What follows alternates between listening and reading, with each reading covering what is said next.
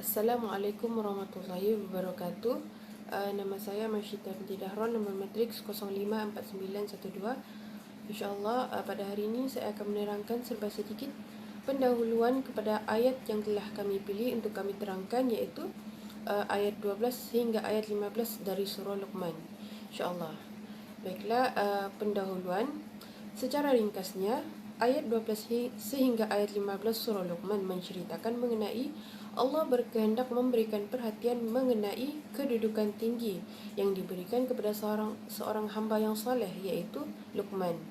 Allah mengingatkan akan kewajipan terhadap ayah dan ibu serta memperingatkan terhadap syirik, yakni mempersekutukan Allah dengan sesuatu yang merupakan kejahatan yang terbesar dalam pandangan Allah. Selain itu, dalam ayat-ayat tersebut, Allah telah menyebutkan beberapa nasihat dan pelajaran yang diberikan oleh Luqman kepada anaknya. Yang teramat penting daripada nasihat-nasihat Luqman itu ialah peringatan terhadap kufur dan syirik, kerana kufur dan syirik adalah puncak terhadap segala kekejian dan keburukan. Selain itu, disebutkan juga dalam surah Luqman ini mengenai berbakti dan berbuat baik kepada kedua ibu bapa adalah wajib. Namun begitu, dalam perkara maksiat dan syirik yang melibatkan perintah ibu bapa, maka kita tidak patut untuk mentaati mereka. Ini kerana pada asalnya ketaatan pada ibu bapa hanyalah dalam perkara-perkara kebaikan dan bukan sebaliknya. Bismillahirrahmanirrahim. Assalamualaikum warahmatullahi wabarakatuh. Saya Nurul Aizah binti Abdul Hafiz, nombor matrik 056511. Baiklah, saya akan melanjutkan pembentangan dengan menjelaskan ayat hukum yang terdapat dalam kitab Ibnu Katsir. Baiklah, untuk ayat surah Luqman pada ayat 13, A'udzubillahi minasyaitonirrajim. Wa idz qala Luqman li ibnihi wa huwa ya'izuhu ya bunayya la tusyrik billah innasyirka la zulmun azim. Sadaqallahul azim. Maksud untuk ayat ini ialah, dan ingatlah ketika Luqman berkata kepada anaknya di waktu dia memberi pelajaran kepadanya, hai anakku, janganlah kamu mempersekutukan Allah. Sesungguhnya mempersekutukan Allah adalah benar-benar kezaliman yang besar. Dan di dalam ayat ini Luqman memberi peringatan kepada anaknya agar menyembah kepada Allah sahaja dan tidak menyekutukan Allah dengan sesuatu pun. Baiklah, untuk ayat yang seterusnya, A'udzubillahi minasyaitonirrajim.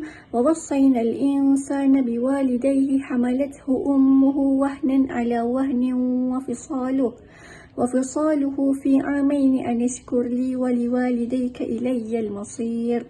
Sadaqallahul azim. Maksud untuk ayat ini ialah, dan kami perintahkan kepada manusia, yakni berbuat baik kepada kedua orang ibu bapanya. Ibunya telah mengandungkannya dalam keadaan lemah yang bertambah-tambah dan menyapihkannya dalam 2 tahun. Bersyukurlah kepada kedua dan kepada dua orang ibu bapamu, hanya kepada kaulah kembalimu. Penjelasan bagi mengenai ayat ini, selepas Allah menyebut tentang nasihat seorang ayah kepada anaknya, maka Allah terus menyebut untuk berbuat baik dengan ibu bapa, kerana ibu bapa itulah yang sepatutnya memperkenalkan anaknya dengan tauhid dan agama. Dan satu kelebihan berbuat baik kepada ibu bapa ini, Allah selalu menyebutnya selepas menyebut tentang menyembah kepadanya sahaja, yakni tauhid. Ini menunjukkan bahawa ianya adalah contoh nombor 2 sahaja selepas tauhid. Dan sebagaimana contoh yang terdapat dalam surah Al-Isra juga, A'udzubillahi minasyaitonirrajim. Wa qada rabbuka alla ta'budu illa iyyahu wa bil walidaini ihsana, dan yang bermaksud, dan Tuhanmu telah memerintahkan supaya kamu jangan menyembah selain dia, dan hendaklah kamu berbuat baik kepada ibu bapa dengan sebaik-baiknya. Okay, dalam ayat ini secara keseluruhannya Luqman telah mengajar anaknya tentang tauhid, dan apabila sampai kepada nasihat untuk anak itu tentang berbuat baik dengan ibu bapa, bukan Luqman yang memberi nasihat, tetapi Allah sendiri yang memberi nasihat kepada anak itu untuk menghormati ibu bapa. Dan ini adalah kerana nasihat ini bukan sahaja untuk anak Luqman, tetapi kepada semua anak di dalam dunia ini. Dan Allah mengingatkan kepada semua anak untuk berbuat baik kepada kedua ibu bapa masing-masing, kerana mereka layanlah mereka dengan sebaik-baiknya sebaik-baiknya lebih daripada kita layan orang lain. Dan kerana ibu bapa itu tidak sama kalau dibandingkan dengan orang lain. Bismillahirrahmanirrahim. Assalamualaikum warahmatullahi wabarakatuh. Nama saya Umi Syirah binti Muhammad Fauzi, nombor metrik 055-054. Dan hari ini saya akan membentangkan penjelasan ayat hukum menurut kepada kitab Al-Qurtubi. Okey, ayat yang diambil untuk penjelasan ayat hukum kali ini ialah ayat daripada surah Luqman ayat 14 dan 15. A'udzu billahi minasyaitonir rajim. Wa wassayna al-insana biwalidayhi hamalat ummuhu wahnan ala wahnin wa fisaluhu fi 'amain. Anishkur li wa liwalidayka ilayya al-masir. Wa in jahadaka 'ala an tushrika bima laysa laka bihi 'ilmun fala tuti'huma wa sahibhuma fid dunya ma'rufa. Wattabi' sabila man anaba ilayya thumma ilayya marji'ukum fa unabbi'ukum bima kuntum ta'malun. Okey, seterusnya kita ambil perkataan wa wasaina al-insana biwalidayhi yang mana bermaksud dan kami perintahkan kepada manusia iaitu berbuat baik kepada kedua ibu bapanya. Okey. Ada yang mengatakan ayat 14 dan 15 yang saya bacakan tadi itu adalah antara selingan antara wasiat Luqman, dan ada juga yang mengatakan ayat itu termasuk dalam wasiat yang disampaikan oleh Luqman kepada anaknya. Okey. Kesimpulan daripada wa wasainal insana biwalidayhi ini ialah perintah taat kepada kedua ibu bapa. Dan perintah taat kepada kedua ibu bapa ini tidak melibatkan perkara yang melibatkan dosa besar dan meninggalkan segala perkara yang menjadi kewajipan setiap individu. Okey, seterusnya ialah berkaitan dengan keistimewaan yang diberikan kepada ibu. Okey. Keistimewaan yang diberikan kepada ibu berkaitan dengan satu darjat, dan seterusnya disebut mengenai kehamilan dan juga penyusuan secara berasingan dengan darjat yang berbeza. Okey, berdasarkan keistimewaan yang disebutkan ni, ada satu peristiwa yang mana telah diriwayatkan oleh Rasulullah sallallahu alaihi wasallam, yang mana datang satu sahabat ni bertanya kepada Rasulullah, kepada siapakah harus dia berbakti terlebih dahulu. Lalu Rasulullah ni menjawab ibu. Kemudian sahabat tu bertanya lagi dan Rasulullah menjawab ibu sebanyak 3 kali, dan kali keempat sahabat bertanya, barulah Rasulullah menjawab ayat. Di sini dapat kita lihat bahawa ibu ni mempunyai darjat lebih tinggi lah daripada ayah. Okey, seterusnya perkataan wahnan ala wahnin yang bermaksud dalam keadaan lemah. Okey, ada yang mengatakan dalam keadaan lemah yang bertambah-tambah ni macam mana? Ada yang mengatakan ibu yang mengandung yang semakin lemah, yang semakin hari semakin lemah. Dan ada juga yang mengatakan fizikal perempuan itu sememangnya lemah dan bertambah disebabkan kehamilan. Okey, wahnan ala wahni ni ada perbezaan cara bacaan lah antara Isa As-Saqafif, An-Nuhas dan juga Al-Hushairi. Okey, yang mana ketiga-tiga cara bacaan ni memberikan maksud secara khusus yang berlainan. Okey, kalau Al-Hushairi ni dia mengatakan wahnan tu berada pada posisi nasab yang berfungsi sebagai masdar, manakala An-Nuhas dikatakan wahnan tu maf'ul kedua dengan menghilangkan huruf jar yang bermaksud ibunya mengandungnya dalam keadaan lemah di atas lemah. Okey, seterusnya ialah wa fisaluhu. Okey, perkataan wa fisaluhu ni ada juga berbeza sebutan antara pendapat jumhur ulama dan juga Hasan dan Yaqub. Okey, kalau menurut jumhur ni cara bacaan dia ialah wa fisaluhu, manakala menurut Hasan dan Yaqub cara bacaannya ialah wa fasluhu. Okey, seterusnya ialah anishkurli. Okey, anishkurli ni bermaksud bersyukurlah kepadaku. Okey, ani ni perkataan ani tu sendiri ada dua pendapat. Yang pertama daripada Az-Zujaj, iaitu pada dikatakan ani tu pada keadaan nasab memberi maksud kami perintahkan kepada manusia untuk berbuat baik kepada kedua orang tuanya, bersyukurlah kepadaku dan kepada kedua ibu bapamu. Manakala menurut An-Nuhas adalah ani tu adalah an mufassirah yang memberi maksud kami katakan kepadanya bahawa bersyukurlah kepadaku dan kepada kedua ibu bapamu. Dan dikatakan bersyukur di sini ialah dikatakan bersyukur kepada Allah di sini ialah nikmat iman, dan bersyukur kepada ibu bapa pula atas nikmat pendidikan. Okey, telah berkata Sufyan bin Uyainah, iaitu barang siapa yang solat 5 waktu maka sungguh dia telah bersyukur kepada Allah. Dan barang siapa yang mendoakan kepada kedua ibu bapa setiap kali selesai solat, maka dia telah bersyukur kepada kedua ibu bapanya. Okey, yang terakhir ialah melibatkan ayat ke-15, iaitu wa in jahadaka ala an tusyrika bihi ma laysa laka bihi ilmun fala tuti'huma wa sahibhuma fid dunya ma'rufa wattabi' sabila man anaba ilai thumma ilayya marji'ukum fa unabbi'ukum bima kuntum ta'malun. Okey, maksudnya dan jika keduanya memaksamu untuk mempersekutukan dengan aku sesuatu yang tidak ada pengetahuanmu tentang itu, maka janganlah kamu mengikuti keduanya. Dan pergaulilah kedua di dunia dengan baik dan ikutilah jalan orang yang kembali kepadaku, kemudian hanya kepadaku kembalimu. Ku beritakan kepadamu apa yang telah kamu kerjakan. Okey, apa yang dimaksudkan daripada ayat ni ialah sememangnya Allah telah memerintahkan untuk kita ni taat kepada kedua ibu bapa, akan tetapi taat itu haruslah taat kepada perintah yang dibenarkan oleh syarak sahaja. Maka jika kedua orang tua kita ni memerintahkan untuk melakukan perkara yang dilarang oleh Allah, maka perintah tersebut ni tidak wajib untuk kita patuhi. Akan tetapi tetaplah berbuat baik kepada kedua orang tua kita. Wallahualam. Assalamualaikum warahmatullahi wabarakatuh. InsyaAllah seterusnya kita akan beralih kepada penjelasan ayat hukum ayat 12 hingga 15 surah Luqman menurut tafsir Al-Quran Al-Aisar tulisan Syekh Abu Bakar Jabir Al-Jazairi. Baiklah, menurut kitab ini Allah telah berfirman, dan kami perintahkan kepada manusia untuk berbuat baik kepada kedua ibu bapanya. Maksudnya, kami mewasiatkan kepada manusia iaitu memerintahkan mereka untuk berbuat baik, berbakti dan mentaati keduanya dalam hal yang ma'ruf serta tidak menyakiti mereka.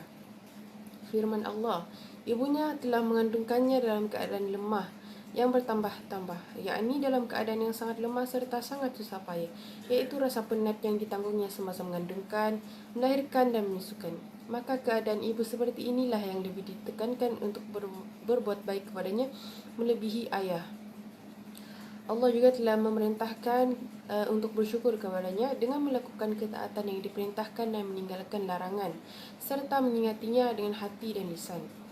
Disebabkan ibu bapa telah berbuat baik kepada anak mereka, maka sebagai anak, hendaklah bersyukur kepada keduanya, iaitu dengan berbakti, menyambung silaturahim dan taat kepada keduanya dalam hal yang ma'ruf, bukan dalam hal kemaksiatan dan syirik.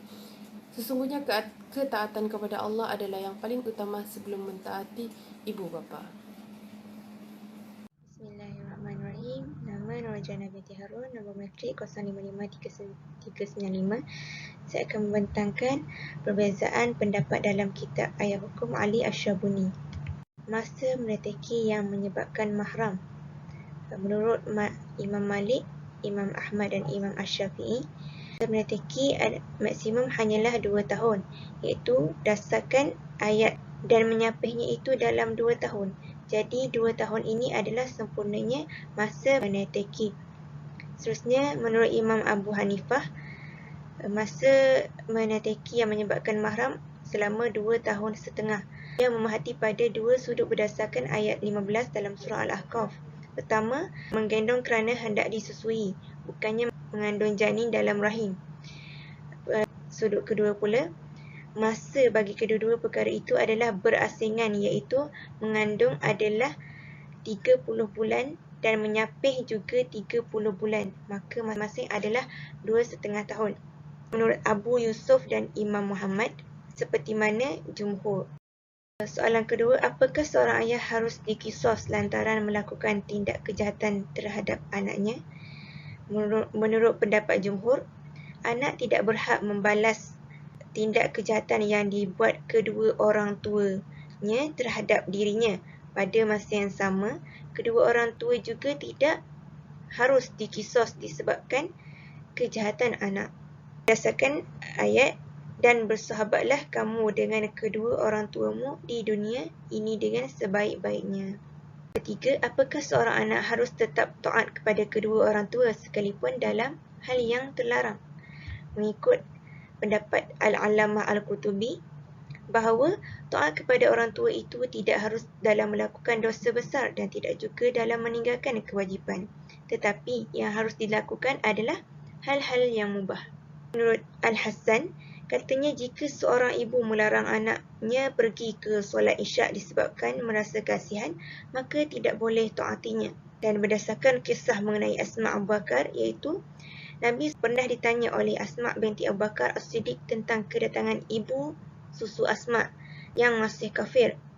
Artinya, "Ya Rasulullah, sesungguhnya ibuku telah datang kepadaku, sedangkan dia sangat sayang kepadaku. Apakah aku harus menyambutnya?" Sallallahu alaihi wasallam menjawab, "Ya." Para ulama menyimpulkan hukum ini berdasarkan firman Allah, "Jika kedua orang tuamu itu sungguh-sungguh mengajakmu supaya engkau menyekutukan aku dengan sesuatu yang engkau tidak mengetahui, maka engkau janganlah taatinya." Assalamualaikum warahmatullahi wabarakatuh. Nama saya Nur Farhana binti Ramli, nombor matriks 056512. Seterusnya saya akan menyambung pembentangan berkaitan perbezaan pendapat dalam kitab Sahih dan tafsir Ibnu Katsir. Okey, pertama sekali adalah siapakah Luqman dalam ayat ini?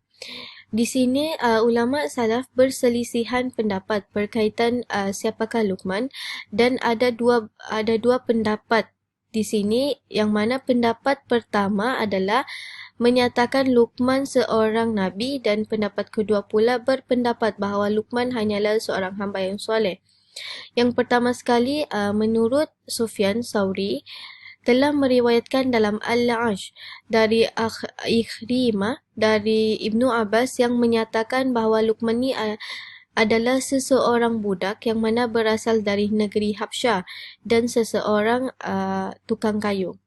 Yang kedua pula, menurut Qatadah yang mana meriwayatkan dari Abdullah Ibnu Zubair pernah bertanyakan kepada Jabir Ibnu Abdullah berkenaan seberapakah pengetahuan beliau berkenaan Luqman tersebut. Beliau pun dengan ini menyatakan bahawa mengenai pengetahuannya, yang mana Luqman ni adalah seseorang yang berperwatakan pendek, hidungnya lebar, tidak mancung, serta Luqman ni berasal dari Nubian. Seterusnya yang ketiga, menurut Yahya Ibnu Sa'id Al-Ansari yang mana telah meriwayatkan dari Sa'id Ibnu Musaib yang mengatakan Luqman adalah seseorang yang berasal dari daerah pendalaman Mesir, seseorang yang berkulit hitam serta seseorang yang bibirnya tebal.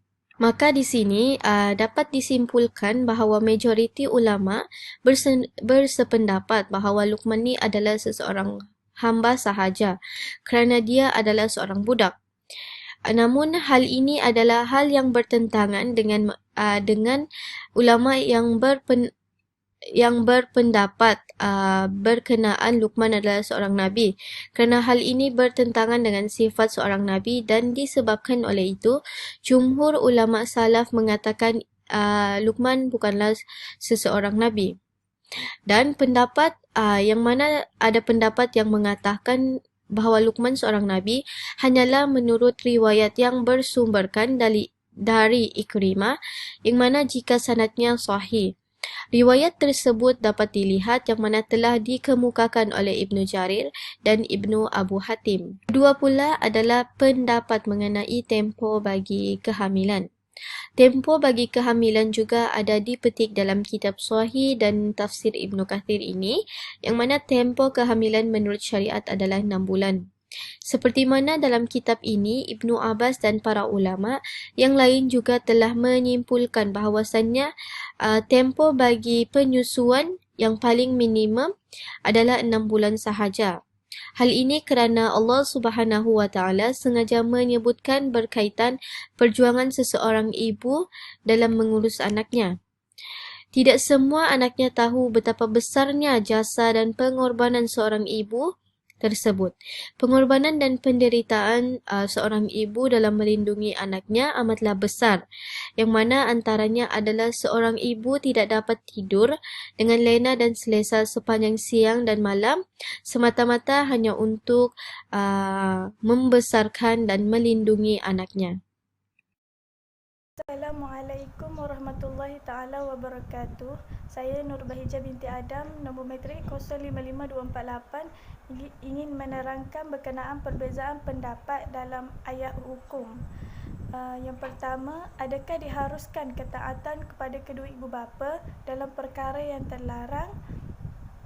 Ali As-Sabuni memetik riwayat dari Al-Hasan bahawasanya ia berkata, bila ibunya melarangnya menghadiri solat Isyak kerana rasa belas kasihan, maka janganlah ia mengikuti ibunya. Dalam tafsir Al-Qurtubi menyatakan bahawa taat kepada kedua ibu bapa tidak berlaku dalam hal melakukan dosa besar dan tidak berlaku dalam hal meninggalkan kewajipan yang bersifat individual. Namun tetap wajib taat pada perkara mubah, yakni dibolehkan, dan lebih baik tetap mentaati dalam hal meninggalkan ketaatan yang bersifat sunat.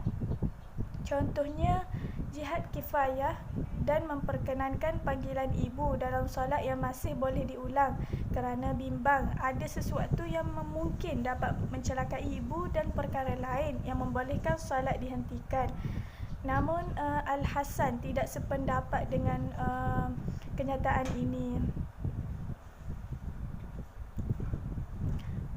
Kemudian tempoh berapa lama penyusuan yang selewatnya dinyatakan haram? Ali As-Sabuni menyatakan ulama fiqh berhujah mengenai tempoh penyusuan yang berkaitan dengan masalah haram itu 2 tahun berdasarkan firman Allah, fisaluhu fi amaini, dan menghentikannya dalam 2 tahun atau 2 tahun tempoh penyusuan. Manakala menurut Al-Qurtubi pula, para ulama sepakat tentang 2 tahun masa menyusui bahawa ia terkait dengan hukum dan nafkah pengharam. Manakala berkaitan pengharaman kerana air susu ibu itu adalah suatu kelompok membatasi 1 tahun, tidak lebih dan tidak kurang. Wallahu alam. Itu sahaja daripada saya.